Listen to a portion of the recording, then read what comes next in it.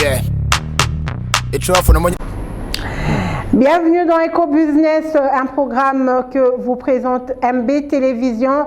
On va parler aujourd'hui de la Banque centrale et en quoi elle sert. Une banque centrale est une institution publique qui gère la monnaie d'un pays ou d'un groupe de pays et évidemment qui contrôle la masse monétaire. Quand on parle d'un groupe de pays, on va prendre l'exemple de la Banque centrale française qui gère le franc CFA. Et le franc CFA, c'est la monnaie utilisée dans les pays de la CEMAC. Nous avons le Congo-Brazza, le Mali, le Gabon, la Côte d'Ivoire. C'est alors on va parler de la Banque centrale étant la banque des banques.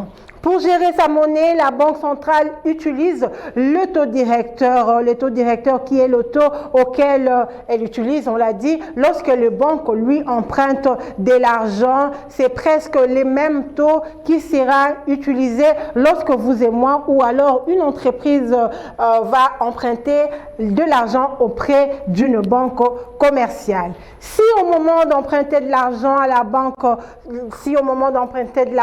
la Banque centrale met un taux directeur faible, alors les banques vont à leur tour donner un crédit avec un taux faible et on aura une augmentation de la monnaie en circulation. On va parler alors de l'inflation. Par contre, lorsque la Banque centrale va utiliser un taux directeur un peu plus élevé, alors les entreprises vont de moins en moins emprunter de l'argent car les crédits deviendra alors plus cher et cela baissera le taux de l'inflation. La Banque centrale, vous devez le savoir, est théoriquement indépendante car l'État reste l'actionnaire majoritaire de cette entreprise ou bien de cette institution et c'est l'État qui gère ou bien qui définit le rôle de la Banque centrale pour stabiliser la monnaie.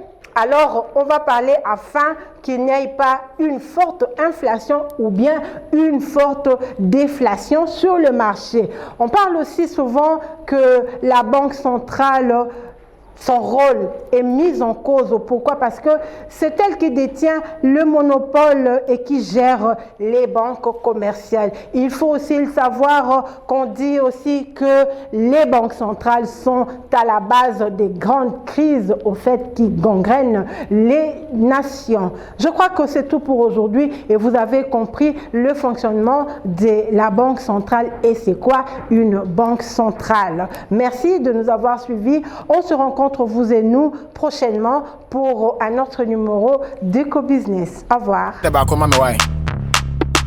Go.